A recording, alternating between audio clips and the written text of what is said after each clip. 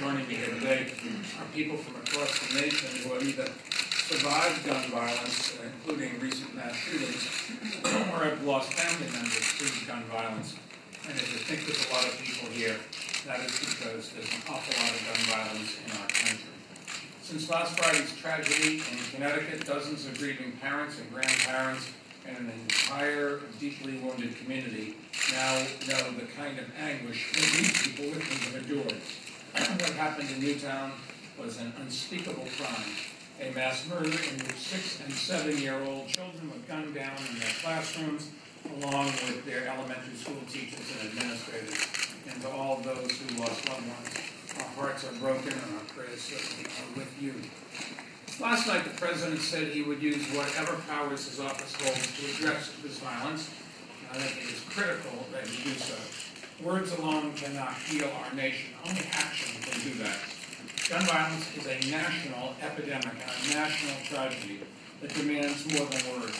We are the only industrialized country that has this problem. In the whole world, the only one. And that's why we need a national action from the President and from Congress, which should be at the top of their agenda. Because what happened at Sandy Hook Elementary School was sadly no aberration. Gun violence takes the lives of 34 Americans every single day. That means that during President Obama's next 4-year term, some 48,000 Americans will be killed with guns. That's roughly the number of Americans that died in the Vietnam War. And since 1968, when RFK and Martin Luther King Jr. were assassinated, roughly 400,000 Americans have been killed with guns, which is more Americans than died in World War II. They will leave behind mothers and fathers, sisters and brothers, friends and neighbors like those with us today, whose lives are devastated by war. Now, the President spoke out visibly on gun violence after the mass shooting in Tucson 2 years ago. Yet since those shootings happened, more than 24,100 Americans have been murdered with guns. That's right, in 2 years, 24,100 more Americans have been murdered with guns. Have we done something then? And a vast number of those would be alive today, and their families wouldn't have been torn asunder. If the massacre in Tucson wasn't enough to make our national leaders act, and if the more recent bloodshed in Aurora, Colorado, in Oak Creek, Wisconsin, Portland, Oregon, and other cities and towns wasn't enough, perhaps this slaughter of innocents at Sandy Hook Elementary School will at long last be enough. Millions of Americans hope that's true, but it's not enough for us to hope. We have to speak up. We have made our voices heard and hold Washington accountable for facing up to the epidemic of gun violence in our country. If this moment passes into memory without action from Washington, it will be a stain upon our nation's commitment to protecting the innocent, including our children. Today, Mayors Against Illegal Guns, a bipartisan coalition of more than 700 mayors from cities and towns across America, is releasing a set of 34 very powerful and very personal brief video statements. And we'll see 4 of them in just a few minutes. These videos, I think, bear testimony to the sorrow and trauma produced by gun violence in our nation. Many of those with us today have made these video statements. In each video, those bearing witness have the same message. I demand a plan. The time for talk is over. Congress and the White House has to come up with something that stops this carnage no matter what the political ramifications are. Somehow or other, we've come to think that getting reelected is more important than saving lives. That political power is more important than saving lives. That partisan politics is more important than saving lives. Enough. These videos, these video statements, which are available online at demandaplan.org, will be delivered to all of the members of the 113th U.S. Congress when it convenes next month. Then, as now, Mayors Against Illegal Guns will ask Congress and the White House to take common steps to reduce gun violence. There are 3 major pieces of legislation that the President should push Congress to pass. And let me point out that one of the few acts related to firearms that Congress has passed in recent years was to immunize firearms manufacturers and dealers from lawsuits brought by those injured with guns. If they can do that, what an outrage. If they can do that, they can do what we're proposing now. Think about that. Rather than trying to solve the problem, they deliberately passed a piece of legislation to make it worse. I don't know whether there's any other industry that has received congressional immunity from lawsuits brought by those injured with their products. First, Congress should pass the Fixed Gun Checks Act, which would close the private sale loophole that allows more than 40% of gun sales to go through without a background check.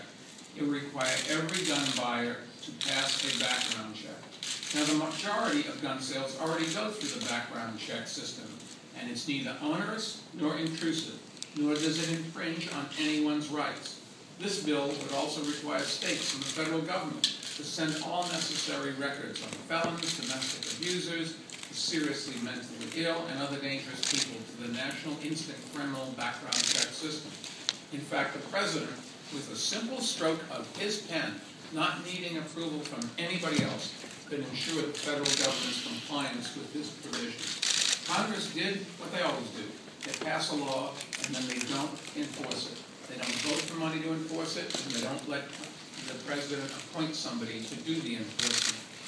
Second, it is time to pass an enforceable and effective assault weapons ban, one that isn't riddled with loopholes and easy evasion.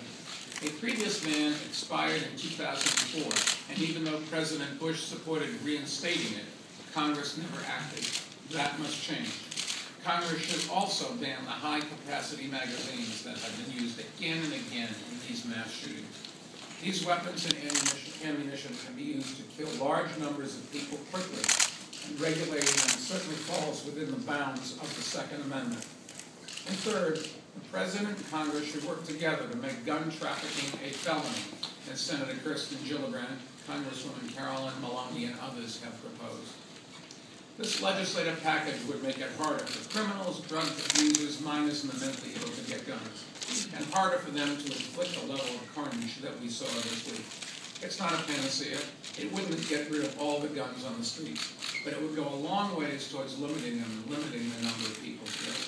And it would make it easier for our police and prosecutors to lock up those who supply illegal guns to criminals and the mentally ill.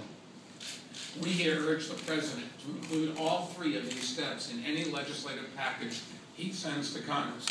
And we urge him to assemble a legislative package quickly so that gun violence can be the first order of business when the new Congress takes up, when it convenes in January. I think the millions of Americans who have been affected by gun violence, including the individuals standing with me today, deserve nothing less. The President and Congress can and should address these measures. At the same time, they're reaching an agreement on avoiding the fiscal cliff. These things have nothing to do with each other. And if Congress and the President can't focus on two things at once, who on earth did we elect? At the same time, these are steps that there are steps that the President can take on his own right now to address gun violence, in addition to ordering all federal agencies to send data to the crime database. There should be no delay. I've already mentioned the federal compliance criminal background check system. There are three others. First, the President should make the confirmation of a new director for the Bureau of Alcohol, Tobacco, and Firearms a higher priority than it's been so far. It has been 6 years since the ATF has had a confirmed director. Can you imagine the outrage if the Department of Homeland Security went 6 years without a confirmed